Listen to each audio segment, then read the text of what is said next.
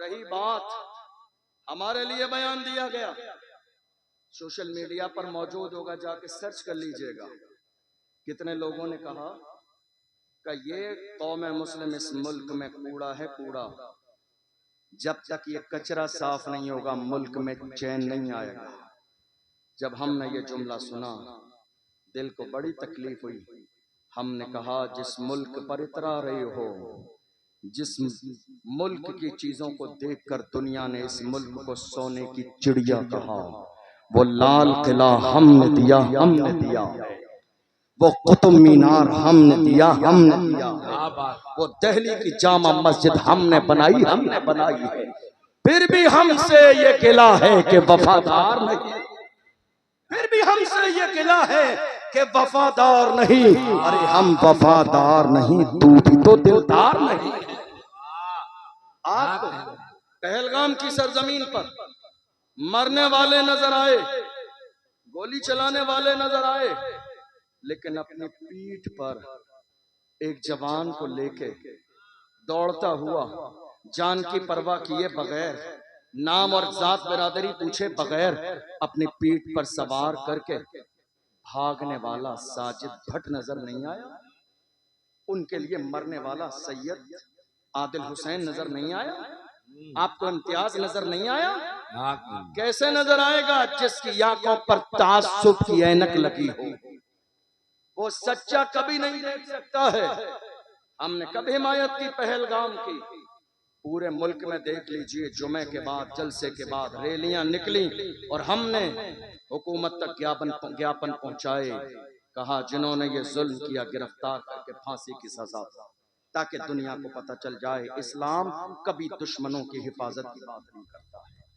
लेकिन रही ये बात कि हमें यह समझ लिया गया किराएदार हैं, किराएदार नहीं हैं।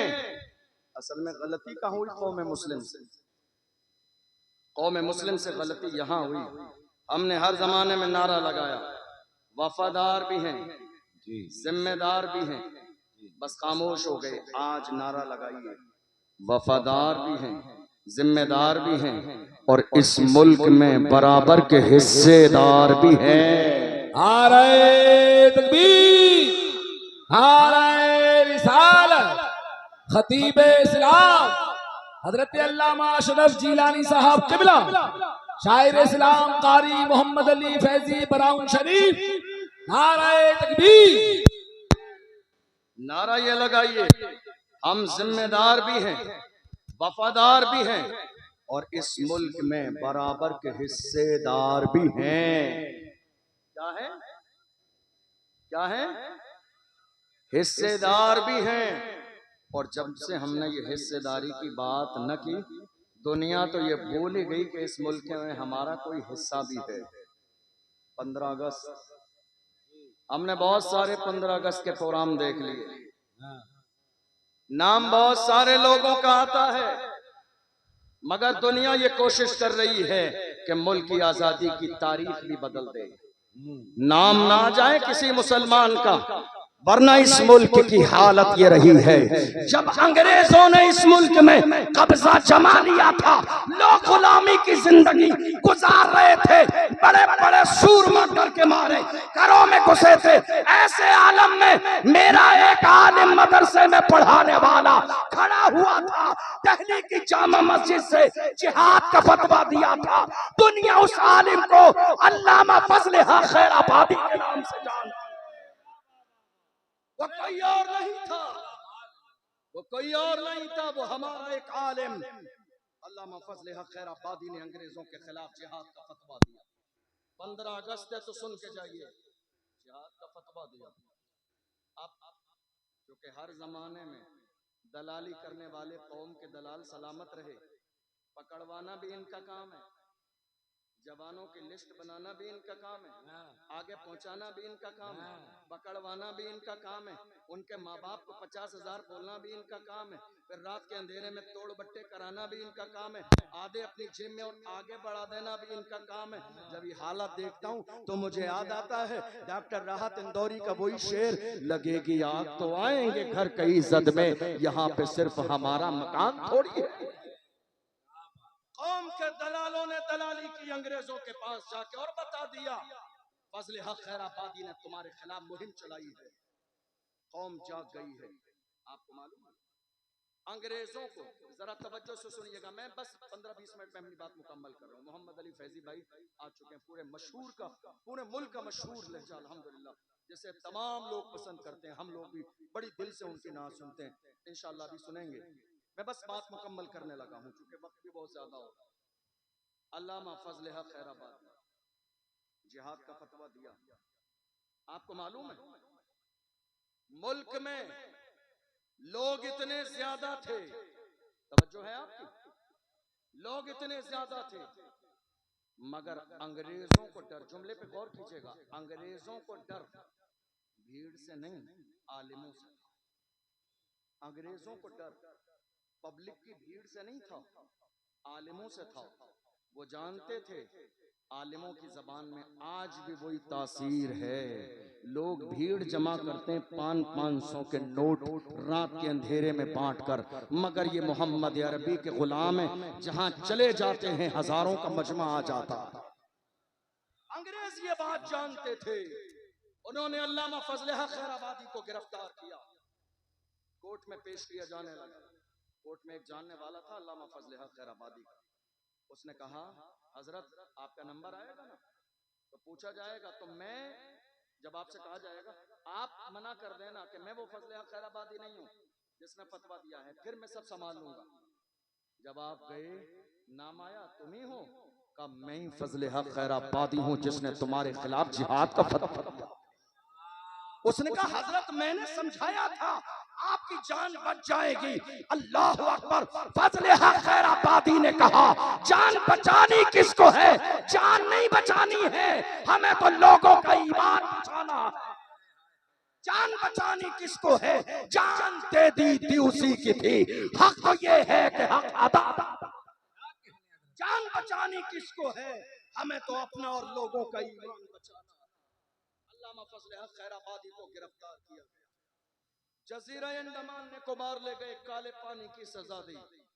एक अंग्रेज आया और अल्लामा फजल हक खैराबादी से कहा मौलाना अब भी वक्त है, फतवा बदल दो, वापस ले लो फतवा, हमारे हाथों में हाथ दे दो, जान बच जाएगी, सरकारी ओहदा मिलेगा, सैलरी मिलेगी, पैसे मिलेंगे, आप जैसा काबिल आदमी जेल में जिंदगी क्यों जाए करेगा।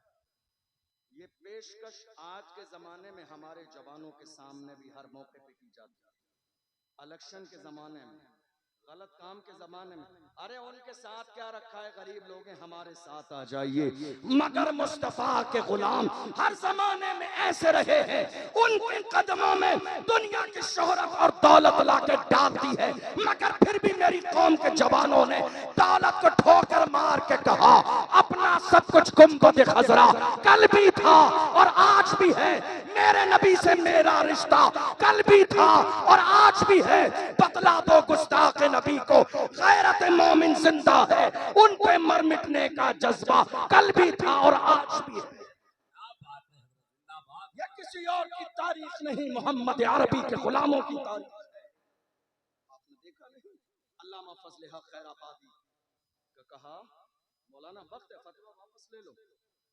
अल्लामा फजल हक खैराबादी ने अंग्रेज के चेहरे पर थूक दिया और कहा जालिम तू फतवे की बात करता है, हम हुजूर के गुलाम हैं, हमारे कलम से जो फतवे निकल जाते हैं हुकूमतें बदल जाती हैं, फतवे नहीं बदलते।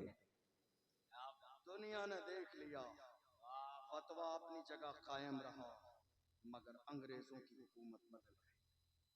तकरीबन 75 साल का जमाना गुजर गया। इस मुल्क की आजादी के बाद उस जमाने से लेकर आज तक एक पार्टी थी इस मुल्क में। जब मुल्क आजाद हुआ सबने उसी पार्टी का समर्थन किया, लेकिन थोड़े से जमाने में मुल्क में लोग और बिरादरियां ये समझ गई ताबेदारी क्या है और हिस्सेदारी क्या है, हिस्सेदारी क्या है और गुलामी क्या है। लोग समझ गए और जो समझते गए वो अलग होते गए। अपनी पार्टी बनाते गए। 75 साल का जमाना गुजर गया, तने तन्हा कौम मुस्लिम है जो आज तक दरी बिछा रही है, जो आज तक स्टेज लगा रही है, जो आज तक दूसरों के फ्लैक्स लगा रही है, जो आज तक दूसरों के नारे लगा रही है, जो आज तक दूसरों के लिए वोट मांग रही है। कितने हमारे लोगों को स्टेज लगाने के बाद स्टेज से नीचे उतार दिया गया। वीडियो सोशल मीडिया पर मौजूद है, जाके देख लीजिएगा। आज तक हम दूसरों की रजा में लगे हैं, वरना मेरे आला हजरत का पीर खाना मारहरा मुतहरा से सैयदुल उलमा ने फरमाया, किसी की जय विजय हम क्यों पुकारे, क्या गरज हमको, हमें काफी है सैयद अपना नारा या। हमें अल्लाह ने गुलामी के लिए पैदा नहीं किया है, अल्लाह ने हमें गुलामी के लिए पैदा नहीं किया है, अल्लाह ने हमें क़यादत के लिए पैदा किया है। कायद अल्लाह ने हमें लीडर बनने के लिए पैदा किया है। अपने अंदर सियासी शऊर पैदा करो, लीडर बनने का मिजाज पैदा करो। अल्लाह ने हमें गुलामी के लिए पैदा नहीं किया है। आज हमारे जहनों में गुलामी बिठा दी गई है। हमारी तादाद से ज्यादा कम तादाद वाले लोग इस मुल्क के बड़े से बड़े ओहदे और मनसब पर रह चुके हैं। हमारा हाल क्या है? अब सुनिए, हमारा हाल यह है, अगर कोई आलिम, तवज्जो है आपकी, 10-15 मिनट लूंगा, इससे ज्यादा। हमारा कोई आलिम अगर कौम की बात करे तो हमारे अपने कुछ लोगों को बुरा लगने लग जाता है। उन लगता है यार ये तो मस्जिद है, जलसा है, नमाज रोजे की बात होनी चाहिए। खाली नमाज रोजा इस्लाम नहीं है, नमाज रोजा इस्लाम नहीं है। ये जो आज हुकूमत की जा रही है, इसका मिजाज मुस्तफा जान रहमत ने अता फरमाया। आज हम ये सोच रहे हैं कि नहीं साहब, खाली हमने नमाज रोजे की बात कर ली। सियासत नाजायज और हराम नहीं है। मौजूदा दौर में मस्जिदों की हिफाजत के लिए सियासत करना बाइसे सवाब है। मौजूदा दौर में मदरसों को बचाने के लिए सियासत करना सवाब का काम है। मौजूदा दौर में बेटियों की इज्जत बचाने के लिए सियासत करना सवाब का काम है। तुम्हें अंदाजा नहीं, तुमने देखा नहीं, 1.5 साल पहले महाराष्ट्र की सरजमीन पर मेरी एक बहन मुस्कान को कॉलेज से बाहर निकाल दिया गया। हिजाब की बुनियाद पर का हिजाब लगाना है, स्कूल में जाने न दिया जाएगा। वो तो सलामत रखे खुदा उसके वालिदैन को, जिसने कौम की लाज बचा ली। उसने कहा एग्जाम छोड़ना गवारा है, हिजाब छोड़ना गवारा नहीं है। अल्लाह सलामत रखे उसके वालिदैन की तरबियत को। हमने देखा नहीं ये फैसले आज कौन सी मस्जिद रहेगी और कौन सी मस्जिद न रहेगी, ये फैसले आज सियासत की बुनियाद पर। ये बात मानते हैं आप? नहीं मानते? ये बात मानते हैं आप? बताइए आप। आज ये सारे फैसले इसी बुनियाद पर होते हैं। जरूरत इस बात की है कि मेरी कौम जाग जाए। जरूरत इस बात की है, ये जो हमारे यहाँ इख्तिलाफ हो रहा है ना, ये फला पीर साहब के मानने वाले, ये फला पीर साहब के, ये फला पीर साहब के, बाज आ जाइए इन हरकतों से, बाज आ जाइए इन कामों से। जितने भी पीर सुन्नी हैं और मसलके आला हजरत पर कायम हैं, वो सब हमारे सरों के ताज हैं। जुमला सुन लीजिए मेरा, जितने भी सुन्नी हैं और मसलके आला हजरत पर कायम हैं, वो सब के सब हमारे सरों के ताज हैं। चाहे वो रज़वी हों, वो बरकाती हों, वो नक्शबंदी हों, वो सोहरवर्दी हों, वो निजामी हों, वो जो भी हों, ये मसला इख्तिलाफ लड़ाई झगड़े का नहीं है। अल्हम्दुलिल्लाह हम सब कलमा पढ़ने वाले मोहम्मद अरबी के गुलाम। ये जो आज हमारे यहाँ इख्तिलाफ हो रहा है, आपको मालूम है अंग्रेजों का एजेंडा क्या था? सुनिएगा इस बात को गौर से। अंग्रेजों का एजेंडा ये था कि लड़ाओ, फूट डालो और राज करो। यही हुआ आज हमारे यहाँ।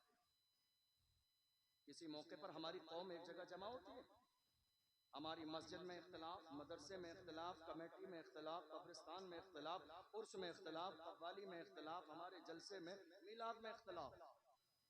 है कोई चीज ऐसी जो मुसलमानों में इत्तेहाद हो?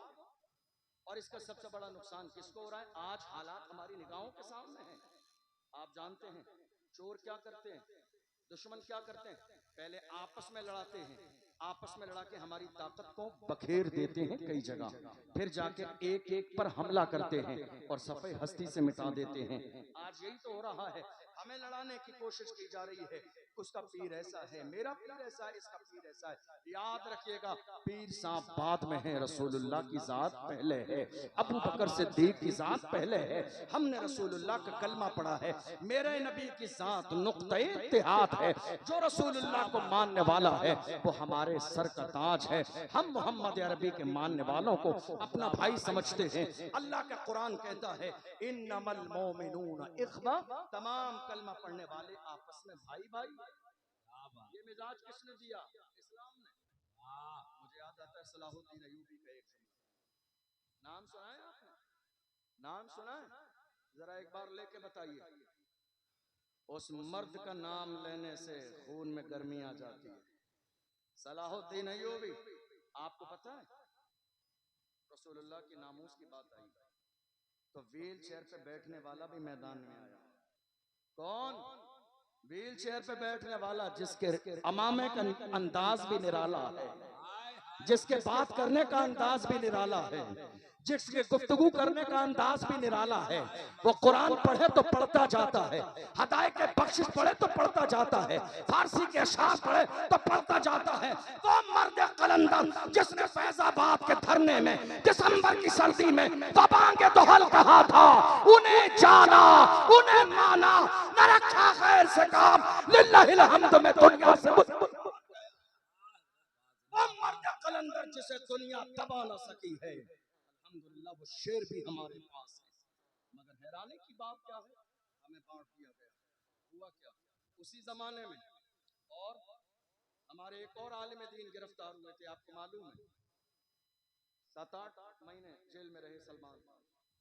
हमारे उलमा ने जुमे में, तवज्जो से सुनिएगा, जुमे में जब ये बात की तो बाहर आके मस्जिद की कमेटियों ने जुमे के बाद का, हजरत आप अपना हिसाब कर लीजिए, हमको ऐसा इमाम नहीं चाहिए जो इस तरह की हालात पर बात करे, आगे खबर पहुंच गई तो जवाब कौन देगा? सदर साहब ने रोक दिया। कितने शहरों में, मैं आपके इलाके की बात नहीं कर रहा हूँ, मुझे आपके इलाके के हालात पता भी नहीं है, बहुत सारे मुल्क के कोने कोने में ऐसा हुआ। रोक दिया गया और कहा हजरत ये बात मत कीजिए, हमारी जान पे बनाएगी। मैं तो उन लोगों से कहता हूं कोई फर्जो वाजिब नहीं है कि तुम सदर सेक्रेटरी रहो, छोड़ दो, किसी सलाहुद्दीन अय्यूबी के गुलाम के हवाले कर दो, ये ओहदा किसी मर्द के हवाले कर दो। तुम्हारे जैसे बुज़दिलों की जरूरत नहीं है ये ओहदा संभालने के लिए, और कोई फर्जो वाजिब नहीं है। तुम जब तक जिंदा रहोगे कमेटी के सदर तुम रहोगे। अरे कुर्सी है तुम्हारी, ये जनाजा तो नहीं है, कुछ कर नहीं सकते तो उतर क्यों नहीं जाते? कुर्सी है तुम्हारी, ये जनाजा तो नहीं है, कुछ कर नहीं सकते तो उतर क्यों नहीं जाते? छोड़ दो, उसको दो जिसके सीने में कौम का दर्द, उसको दो जिसके अंदर बोलने की सलाहियत हो, उसके हवाले करो जो रसूलुल्लाह के नाम पर मरने और मिटने का जज्बा रखता हो। मुझे याद है सलाहुद्दीन अय्यूबी का एक तारीखी जुमला, सलाहुद्दीन अय्यूबी ने एक जुमला कहा था, उन्होंने फरमाया था अगर मुसलमान मुसलमान का दुश्मन न होता तो हम पूरी दुनिया को फतेह कर लेते। अगर मुसलमान मुसलमान का दुश्मन न होता, अगर मुसलमान मुसलमान का दुश्मन न होता तो हम पूरी दुनिया को फतेह कर लेते। हम क्या कर रहे हैं? हम कोर्ट में किसके लिए जा रहे हैं? सगे भाई के खिलाफ। हम कचहरी के चक्कर लगा रहे हैं किसके खिलाफ? सगे भाई के खिलाफ। एक बालिश जमीन के लिए, एक बालिश जमीन के लिए। अरे यही रह जानी है ये जमीन, बड़े बड़े सूरमा आए और चले गए, जमीन यही है। फिरौन की दौलत काम न आई, कारून का खजाना काम न आया, शद्दाद की जन्नत काम न आई, हामान का रोबो दबदबा काम नहीं आया। बाकी रहने वाली मेरे रब की जात है। किसी ने कहा था आगाह अपनी मौत से कोई बशर नहीं, सामान 100 बरस का है पल की खबर नहीं। सलाहुद्दीन अय्यूबी का जुमला सीने में लेकर जाइए। फरमाया अगर मुसलमान मुसलमान का दुश्मन न होता तो हम पूरी दुनिया को फतेह कर लेते। आज मुसलमान ही मुसलमान का दुश्मन है। ऐ मेरे अजीजों, ये सीने से दुश्मनी खत्म कर दो, ये गुरूर खत्म कर दो, ये तकब्बुर खत्म कर दो। किस बात का तकब्बुर है? मिन्हा खलकनाकुम व फीहा नुईदुकुम व मिन्हा नुखरिजुकुम तारतन उखरा। मिट्टी से पैदा किया गया, मिट्टी में ही जाना है और मिट्टी से ही दोबारा उठाया जाएगा। गुरूर किस बात का है? तकब्बुर किस बात का है? गुरूर करने से पहले ये सोचा करें हमारी पैदाइश कैसे हुई है। बुजुर्गों ने फरमाया, खुद हुजूर का फरमान है। इमाम गजाली फरमाते मुकाशिफतुल कुलूब के अंदर हदीस कोट की, फरमाया जब गुरूर और तकब्बुर आए तो कब्रिस्तान के चक्कर लगाओ, बारिश के मौसम में जाके बड़े बड़े सूरमाओं की कब्रें खुली पड़ी होंगी, पानी